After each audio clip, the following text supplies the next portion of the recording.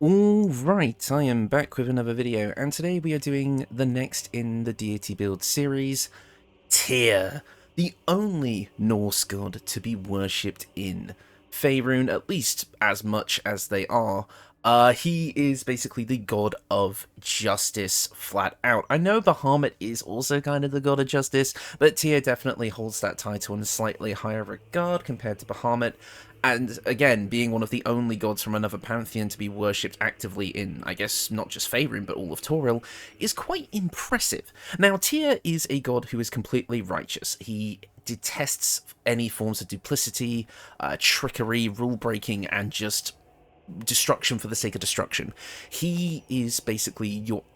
Like, if you thought of, like, a kind of powerful Norse god who stands for everything that's right in the world, I mean, that's literally Tyr in a nutshell. He is like what you would see painted on like the murals of Asgard as being the righteous hero of the Asgardians. Like, he is Tyr. Like, those of you who are familiar with Norse mythology just know what kind of dude this guy is. And I think D&D actually has a really unique take on him. The fact that he, you know, he is blind. He is basically the arbiter of, like, blind justice. He lost his left hand in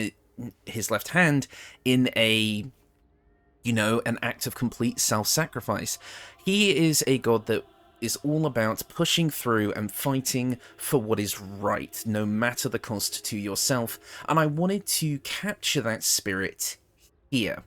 And there's a lot of things, actually, that are really interesting about Tyr, his specific skill set. Not only is he an extremely strong and capable warrior, but he's also very good at detecting lies, trickery, deceit. He can spot a thief coming for him while not even having any eyesight. He is incredibly perceptive, and he can detect all forms of lying.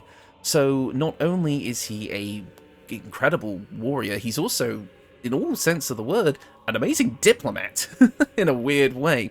So I wanted to create a character that represents this, someone who actually has a really interesting niche in both dialogue and combat. And I think I've actually come up with an interesting and powerful combat style for this build that actually pulls in a few features from a class that you wouldn't be expecting to be really good at dialogue in this case, but with the way we've built this character, it actually works. So despite this character dumping charisma, they can actually be the face of the party, which I think is going to be really, really interesting. So I hope you guys enjoy this build, and let's get into it. Kicking things off, we're going to be a Barbarian. Now, a Barbarian may seem a bit strange. Tyr is this, you know, righteous, good guy who hates, you know, wanton destruction. So why would we be playing as a Barbarian?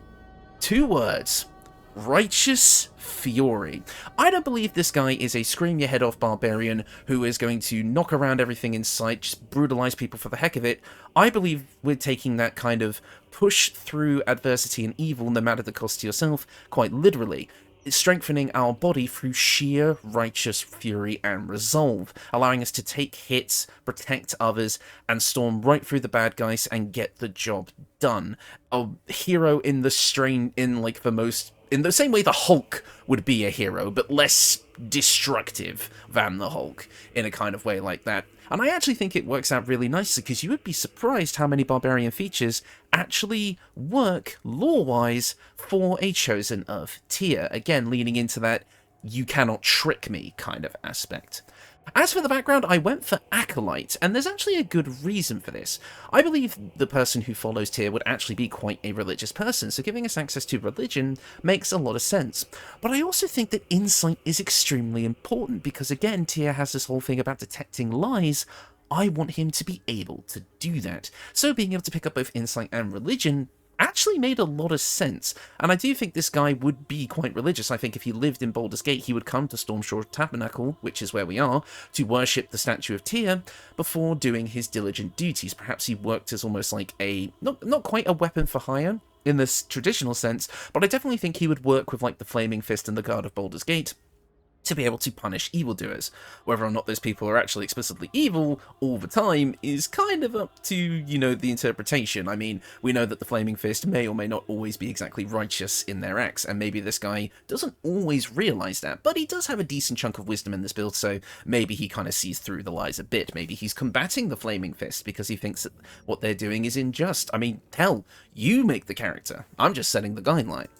As for our ability scores, we've got a pretty standard Barbarian set here, with a bit of extra points put into Wisdom that we might normally do so. Strength is at 16, it is going to be our main attacking modifier. Dexterity at 14 to give us a decent bit of initiative, AC, all that good stuff. Constitution is 16, because again, we want to be a tanky build, and this is going to help out our HP and AC, because we are playing a Barbarian without armor.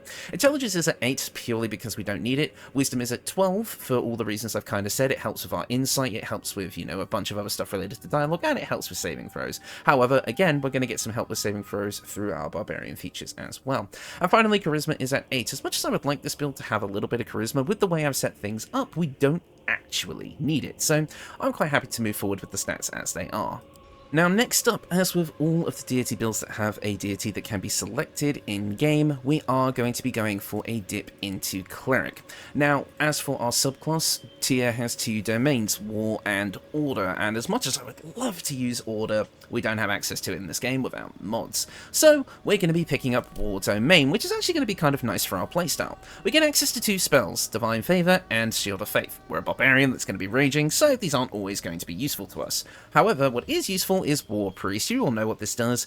Because we're taking a 1-level dip, basically 3 times per long rest we can expend one of our War Priest charges, of which we get 3 of, and we get to make an additional attack as a bonus action with it. Now this is just nice to have anyway. It'll allow us to make a lot of attacks per turn without incurring any debuffs, but we'll get to that in a minute. So it's going to allow us to be quite an effective frontline fighter when we need to be. However, we will get ways to get over that kind of 3 times per long rest limit as we go through this build. For cantrips, we don't really want any of the kind of offensive cantrips here, so we're just going to pick up the usual standard of Resistance, Guidance, and Thaumaturgy. Thaumaturgy is actually explicitly nice here because it gives us advantage on Intimidation and Performance checks, so we're still able to get at least one of those Charisma skills working for us quite nicely. And Guidance is also great too, helping us to be the face of the party ourselves. Since we're not going to be getting friends on this build, we can focus exclusively on concentrating on either this, or Thaumaturgy, or Guidance. So we kind of have a pick your poison type situation for how we handle dialogue. As for our deity, we already know it, it's Tyr, and I'll quickly read over his little thing here. The blind god rules over law and justice, encouraging valiant acts from his followers, and relentlessly pursuing oathbreakers. Yeah, that was another thing that Tyr absolutely detests, and that's that people who go back on their word and break their oath.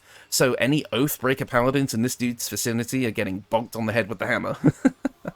We also do get to prepare 2 spells, and now there's not really many spells we can make very good use of with this build, unfortunately. Sanctuary always has some really, helpful niche cases, less so for this build since we won't be able to use it while raging, but you never know when Sanctuary could come up and be as a good thing outside of combat. Also, I think packing a healing spell also makes sense for a character like this, so we'll bring Cure Wounds. Again, can't use it in combat, but it could always be nice. It's a quick little healing option outside of combat, but really, it's just here for thematic purposes. At Cleric level 2, we are going to get access to nothing because we're not taking Cleric level 2. Whoops, I completely screwed that up. We're going to be jumping back over to Barbarian. Barbarian level 2 is going to give us Danger Sense, which means that we have advantage on dexterity saving throws against traps, spells, and surfaces.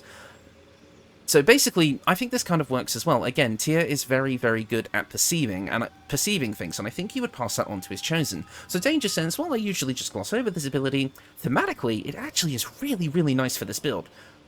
We're also getting Reckless Attack. Now, I haven't gone for Great Weapon Master on this build because I've opted to use a shield. Because, Tyr is the maimed god, and he kind of has that left hand missing, I decided to focus on using a one-handed weapon for this build, or at the very least a versatile weapon wielded in one hand. And then just slapping a shield on the offhand, because you don't actually need a hand to use a shield. Obviously, our character doesn't have only one hand, they have 2, so there's nothing actually stopping you from ditching the shield if you want to take a bit of a hit to your AC to pick up a Great Weapon Master and go absolutely crazy, because, let me tell you, I have a playstyle for this build that would synergize great with Great Weapon Master, but this build is still really strong without it. Again, we'll get to that in a minute. But I've gone, because again, I kind of wanted to get that kind of like, kind of sword and board playstyle almost with this character, because it felt the most right. I've gone for a shield and a hammer, but like I said, you could absolutely go for two-handing the hammer and going for Great Weapon Master if you so desire. We definitely have room to slot a feat in here if we don't care as much about maybe bumping up one of our slightly lower stats. So, play that as you like, but again, if you decide to go for Great Weapon Master, then Reckless Attack is really going to help you out with that. Next up, at level 3, we get to pick our subclass, and I think the one I've gone for might shock you. You're probably thinking, oh yeah, he's going to go with Bear. Absolutely, he's going to go for Wild Heart, he's going to get as much tankiness as he can. Nope! We're going with Berserker. Now, why Berserker? Well, Berserker is going to synergize with our combat style quite nicely, and specifically some subclass features that we get from Berserker really do fit Tier. Obviously, the actual act of going Berserk doesn't really fit Tier as a whole, and if you agree with that, then feel free to go for Wild Heart and pick up some benefits there. But with the amount of levels we're going to be taking in Berserker, 8, we actually are going to get some things that really work out for us, as well as it's going to fit into our playstyle quite nicely. So I think you actually are going to find that quite thematically, this subclass does work. However, if you feel like it doesn't really fit the vibe, then Wild Heart, specifically Bear, again, would work quite nicely for this build. So feel free to pick that up. I should probably say that Berserker does basically, it gives us a couple of things. It gives us 2 bonus action kind of options. 1, where we can throw things, and 2, we can attack as a bonus action, which unfortunately does take up, basically, it gives us a debuff called Frenzied Strain, meaning we take a -1 to attack rolls each time we attack. However, we will be able to mitigate that with this build, so don't worry too much about it. At level 4 of Barbarian, we are going to be picking up our first feat, and I want to pick up Strength and bump that up to 18. Now, I'm not including Ethel's Boon or the Potion of Everlasting Vigor on this build. In fact, I haven't included them on any builds for a while, and I think that's for the best. But, of course, if you picked up the Potion of Everlasting Vigor, it would be a great optimization for the build. However, I don't feel like this character, roleplayer-wise, would do that. But if you want to handwave that as a game mechanic, you can absolutely do so. At Barbarian, level 5, we are going to get a couple of things that I like, namely extra attack and fast movement, which means we just get a bit more movement speed and we get the typical martial stuff, meaning that we are now a full martial fighter. Next up, at Barbarian, level 6, we're going to get one of our subclass features, and this is one of the things I wanted to pick up. Mindless Rage. Now, again, that may seem weird, and it's the name of the subclass, but here's the thing. When we are frenzied, or in our case, raging, you cannot be charmed or frightened, and calm emotions can no longer end your rage. So, we're getting basically an immunity to trickery, which again, someone who is the Chosen of Tyr would absolutely have. Being unable to be charmed or frightened, and have nothing be able to stop our righteous fury through manipulation of our mind makes total sense for a Chosen of Tyr, and it's one of the reasons I wanted to pick this up. Again, you could get this from equipment or some such if you really wanted to go down that route, but I really like the equipment that I was able to pick up for this build, so combining that equipment with this feature, again, it just makes sense. And again, you'll see the playstyle that this build goes for kind of likes to have the things that Berserker gives us, but again, if you don't feel like that works, you can change that up. I just said again like 5 times, and then I just said it again, shit, stop it. Right, look, just pay no attention to me. At level 7 of Barbarian, we are going to get Feral Instinct. You have honed your instincts to the utmost degree. You get a +3 bonus to your initiative and cannot be surprised. Again, big feature that's on theme for Tyr. I just did it again. I said the A word. Gotta stop. Damn it.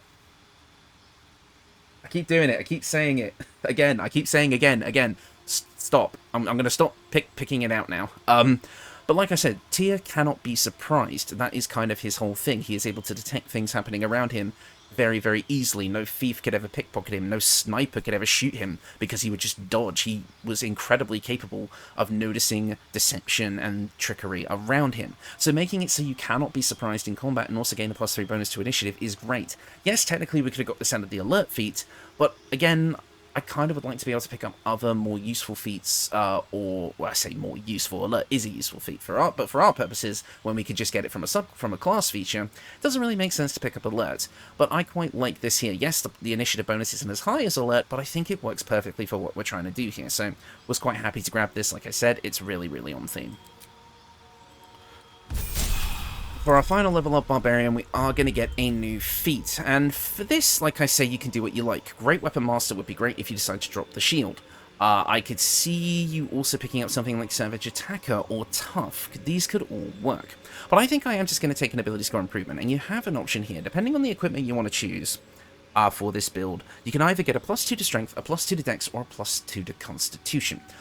So that kind of choice that you make will kind of determine what you want to go for in terms of your ability score improvement here, unless you're going for Great Weapon Master. So I'm personally going to round out this build a bit and go for a +2 to Constitution, because I think that keeps this character nice and well-rounded. We don't need to max out our strength, we're still going to be incredibly strong without it, and again, we have equipment that could let us do that anyway, so I think making this character a bit more well-rounded, giving us more HP and making us a bit tankier, it does make sense in the long run to me, so that's what I'm going to go for. Now, if you wanted to, you could actually go the rest of the way in Barbarian. You get things like Brutal Critical, which could be really, really nice, but there is a subclass and multi-class that's really going to help us out here. It's Rogue. We have a lot of bonus action stuff, you know where I'm going with this, and I am going to justify it, because I know Tyr hates thievery and trickery, and yet we're taking rogue levels. I've got a justification for it. Okay, here we go. In order to catch a criminal, you need to know how a criminal thinks. Also, I feel like a chosen of Tyr would be extremely athletic, being able to jump around, leaps and bounds, dash across the battlefield really quickly. So it all just synergizes quite nicely. And I feel like somebody, again, who is, you know, someone who chases down evil and is aware of trickery and deception and deceit and duplicity and all that, well, again, to understand to catch a rogue, you got to think like a rogue. So I actually think taking rogue levels can be justified here. Again, if you don't like it, feel free to change it up, but you cannot deny the mechanical benefit it is going to give us. So we're going to go rogue here, which is going to give us some ability score improvements. Again, another reason I wanted to go for this. I say ability score improvements, I meant skill proficiencies. So we're going to be able to pick up some extra skills, including we're going to pick up an extra skill and 2 expertise. We can now gain expertise in Insight, meaning that we now have a +7 to Insight checks, which makes perfect sense for a Tyr build. We can also get expertise in Perception. Again, between these two, you've basically got the package of Tyr flavoring. We also grab Intimidation, which was a human racial feature, because this is a human. I forgot to mention that, so you don't need to pick that up any other way. And we also get to pick up another skill proficiency here, and oddly enough, I'd go for Investigation. Because again, being able to pick out liars and deceivers would make you pretty good at investigating things, even as a barbarian. So I feel like it makes sense to pick this one up.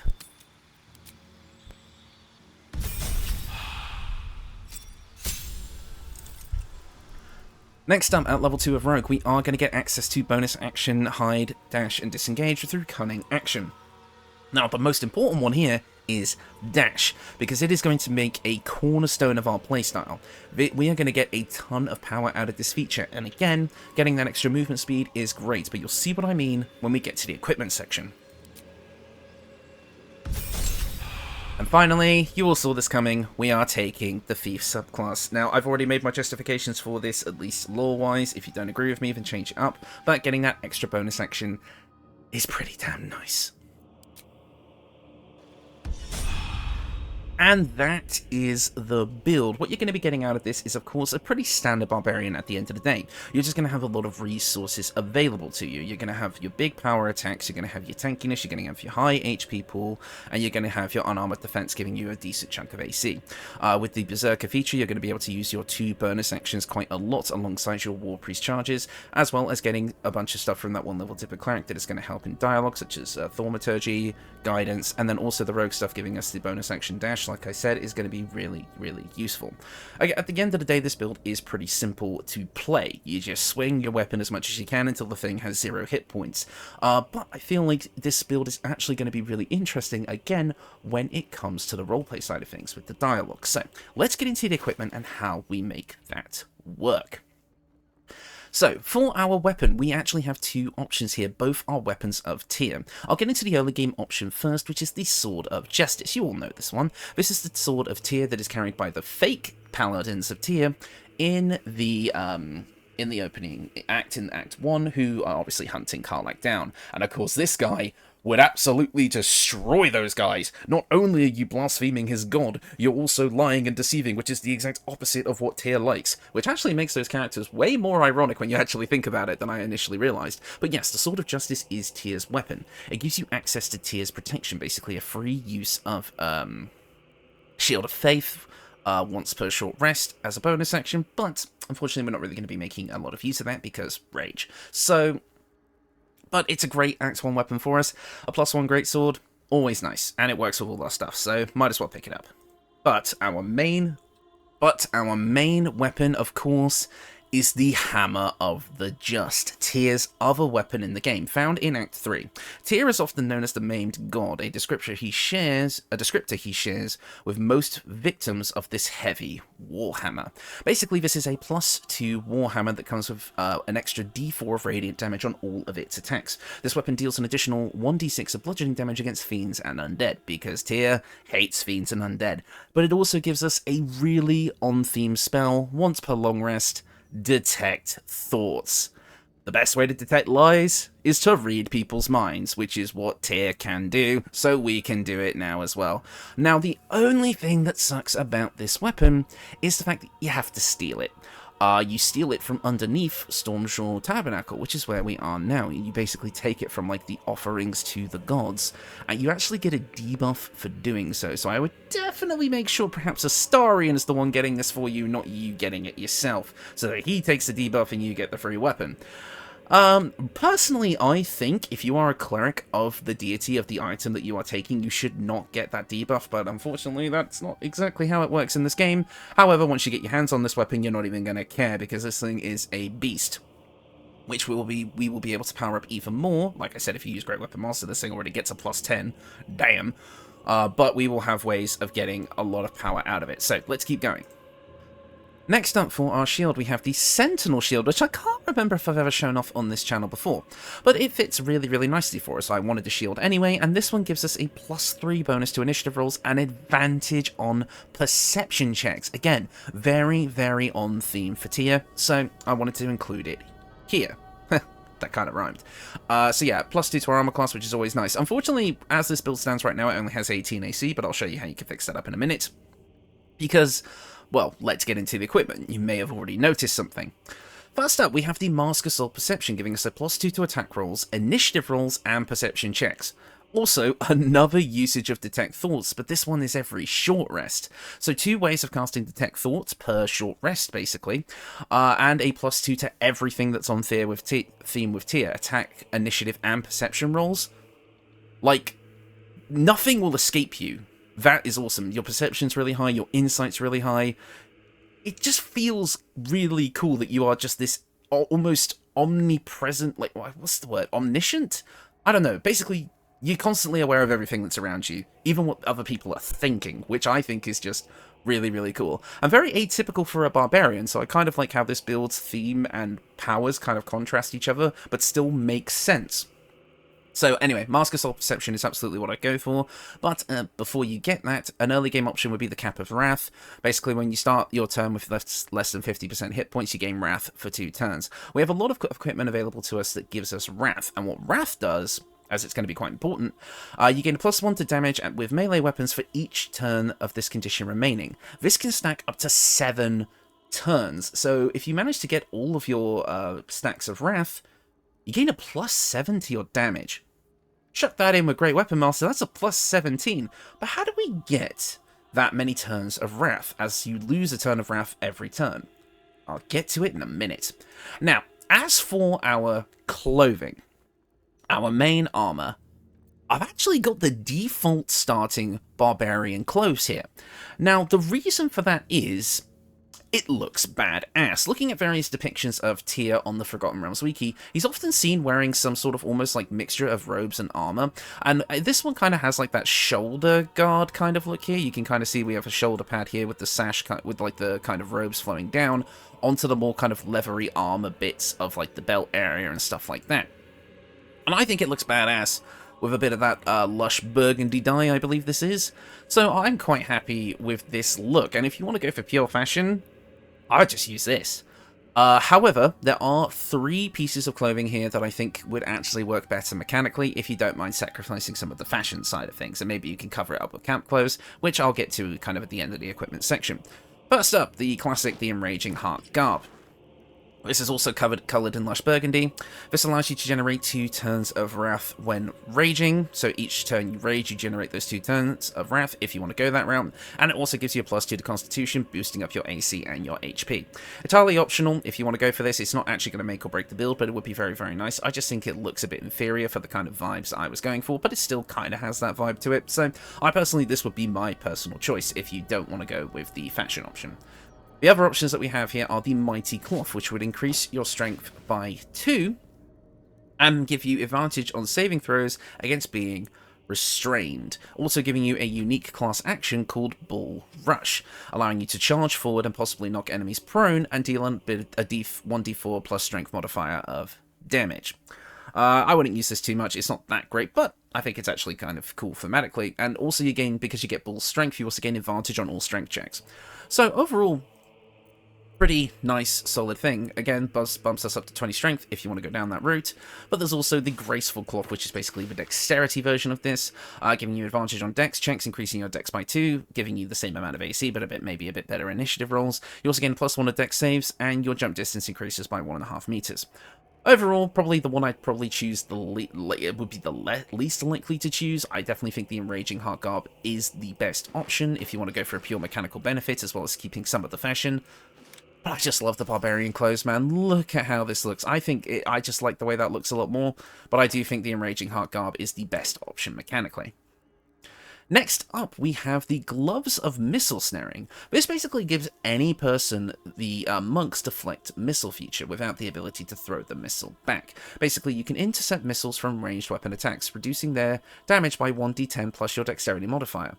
Again, I felt like this made sense kind of thematically, because picture this, right?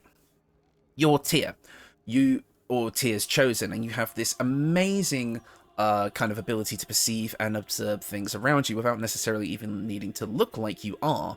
So imagine when the archer, who is about to snipe the chosen of Tyr, maybe they're a ballist or something, from a massive amount of feet away, or maybe they're basically using a magic sniper rifle or something, only for, as they're aiming at the chosen, and they fire, and the chosen just catches it before they even turn their head, and just turns to look at where it fired from. Like, holy shit, is that not a badass image?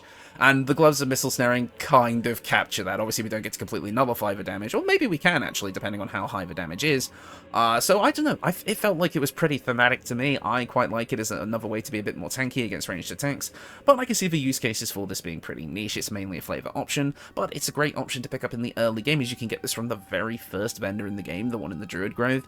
However, if you want another Act 3 option, then the Bone Spike Gloves will work just as well, as they allow you your attacks to ignore resistance to physical resistances, so slashing, piercing, and bludgeoning damage, so no matter what the enemy's defenses are, you can still smash through them with your hammer. I just love the Gloves of Missile Snaring here from a thematic standpoint. And finally, probably the most important piece of equipment of this build, the Line Breaker Boots, obtainable really, really early on in the game. Once per turn, when you dash, you gain Wrath for 2 turns. That is the most deceptive item description in the game. Larian, don't you dare patch this. The once per turn restriction does not exist. You don't gain 2 turns of Wrath, you gain 3. So, with this build, using our 2 bonus actions, Cunning Action dash twice, 6 stacks of Wrath in a single turn, and then you can spend one of those actions to keep refreshing it every turn, keeping it at the 7 cap, keeping up a +7 to your damage every turn. Larian, don't you dare patch this, because that's actually kind of cool. Yes, this probably will get patched. However, even if it does, you still have a way of stacking up 2 turns of this every turn. So while you won't get the maximum cap as quickly, you'll still be able to get it.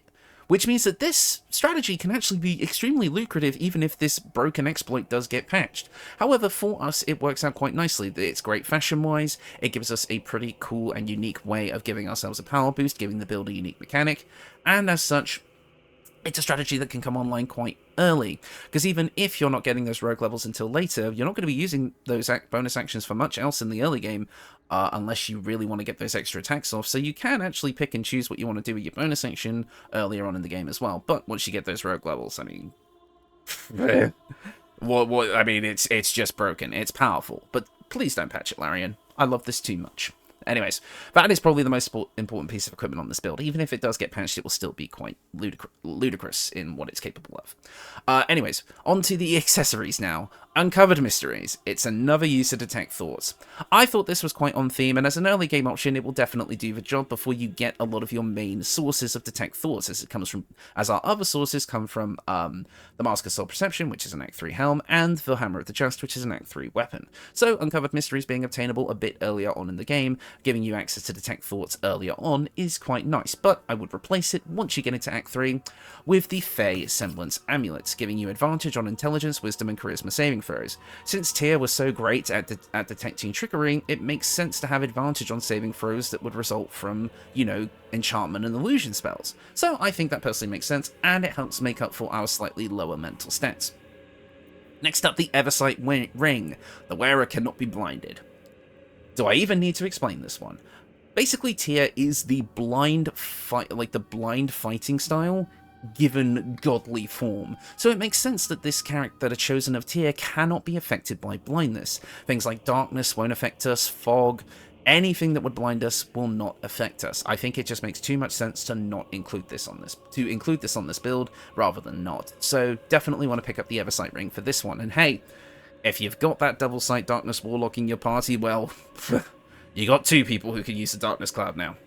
And finally, this is kind of a choose-what-you-like ring slot, but I had to go with the most thematic option, the Ring of Truthfulness, which gives you advantage on insight checks. We have advantage on perception and insight. Nothing will escape our vision. Yeah, and you cannot lie to us.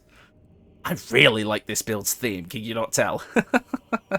Anyways, I want to kind of discuss something here that I don't normally really get into with these builds, but like I say, fashion was kind of an important part of this build for me.